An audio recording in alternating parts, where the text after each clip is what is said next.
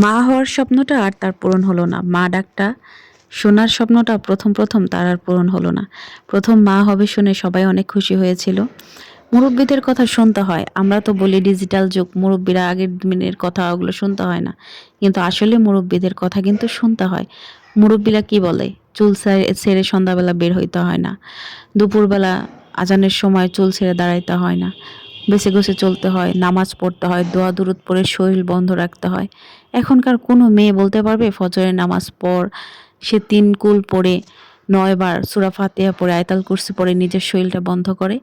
কোনো মেয়েই বলতে পারবে না। সবাই ফোন নিয়ে ব্যস্ত, যার কাজ নিয়ে ব্যস্ত। প্রথমে ওই মহিলাটা একটা বিড়াল দেখছে। তো বিড়ালটা দেখে হেই, হেই করে, বিড়ালটা যায় না। তো উনি আর আমাদের কাউকে বলে নাই, উনার ভালো লাগে নাই। পরে বলতেছে ভালো লাগে না, বাসায় যাব। তো বাসায় চলে যাওয়ার পর থেকেই সমস্যা শুরু। তারপরে হসপিটালে নিয়ে গেছে সে এখন হসপিটালে নিয়েছে নাকি আমি জানি না, শুনছি যে বেবিটা নাকি আর হবে না।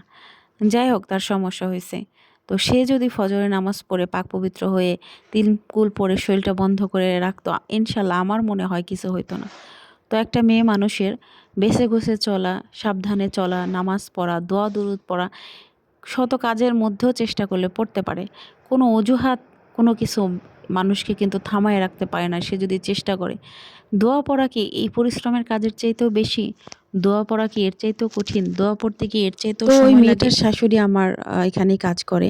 তো সে অনেক কান্নাকাটি করলো যে আমার প্রথম একটা নাতি এরকম হইলো। পরে বললাম কান্নাকাটি করেন না, আপনার ছেলের বউ সাবধানে চলাচল করে নাই। আমি তাই সবাইকে অনুরোধ করব যে যারই সমস্যা হোক, নতুন কেস যাই হোক না কেন, সব সময় হোক বা না হোক, আপনি সুস্থ মানুষ তারপরও প্রতিদিন কুল হুয়াল্লাহ সূরা ৩ বার, কুল আউযু বিরাব্বিল ফালাক সূরা ৩ বার, কুল আউযু বিরাব্বিন নাস সূরা নাস ৩ বার। এই ৯ বার পড়ে আপনি আপনার শরীরে ফু দিয়ে পুরো শরীরটা বন্ধ রাখবেন ইনশাআল্লাহ। কারো কিছু বলতে হবে না। আপনি নিজ থেকেই বুঝতে পারবেন যে আপনার শরীর বন্ধ আছে। আপনি নিজে থেকে একটা সাহস অনুভব করবেন যে আপনার ইনশাল্লাহ কিছু হবে না। আপনার নিজে থেকে মনে হবে যে আপনি চারদিক দিয়ে বন্ধ করা আপনার শরীর। কাউরে কিছু বলতে হবে না। আপনি নিজেই সেটা অনুভব করতে কোরআনে এত পারবেন। সুন্দর আমল আল্লাহ তাআলা আমাদের জন্য দিয়ে রাখছে।